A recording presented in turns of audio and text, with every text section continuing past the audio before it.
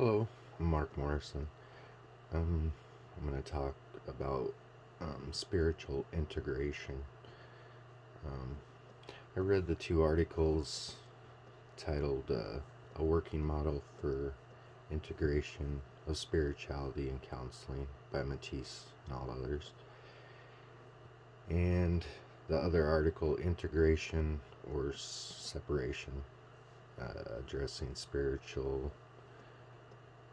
or addressing religious and spiritual issues in multicultural counseling, which was a national survey of college counselors, which was an article by Smith and all others.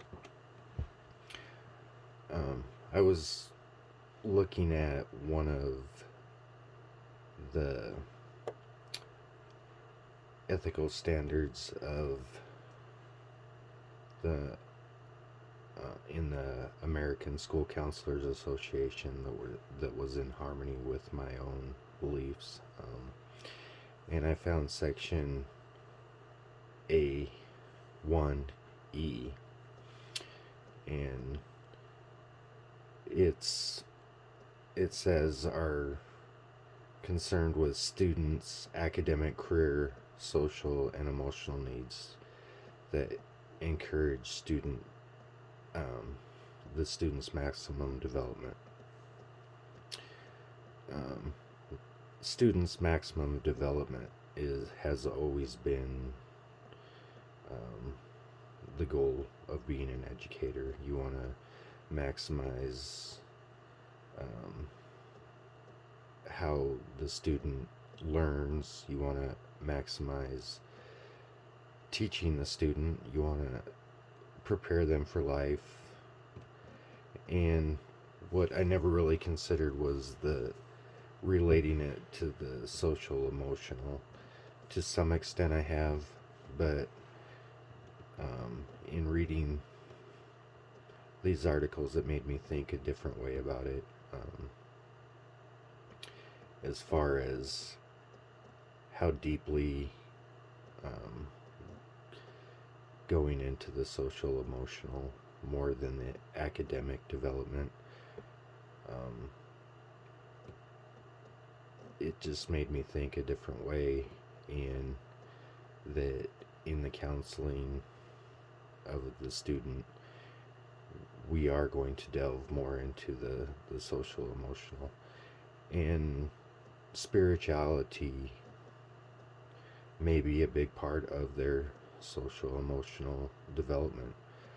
Um, we wouldn't really know that until the student actually brought it up, and it wouldn't, as a counselor you can't really ask them or impart your views on your spirituality or your religious views, but if they bring it up, it's okay to bring it up to them and talk about it. In the article by Matisse, I found interesting the spirituality decision tree. I think that would be helpful in reviewing to decide whether to proceed with any counseling in the spiritual or religious aspects of the student that I'm counseling. And then once you figure out if there is what type of spiritual or religious awareness there is with the student and how they want to discuss it, the spirituality awareness guide would be another useful tool to work with, and it kind of gives some ideas in there on how to help people deal with problems that they may be having with spirituality. Then I was asked to look at a value that remains in conflict with my personal beliefs, and I looked at the Code of Ethics from 2014 for counselors. In section A7A, it talks about advocacy and to advocate for individual, group, institution at societal levels and address potential barriers and obstacles that inhibit growth and development of clients. Do this to a small extent. It's more of like basically educating students around, like if you see somebody being bullied, educating the students on, they need to be more accepting, and basically little interventions like that. I think where I would come into conflict would be as far as advocating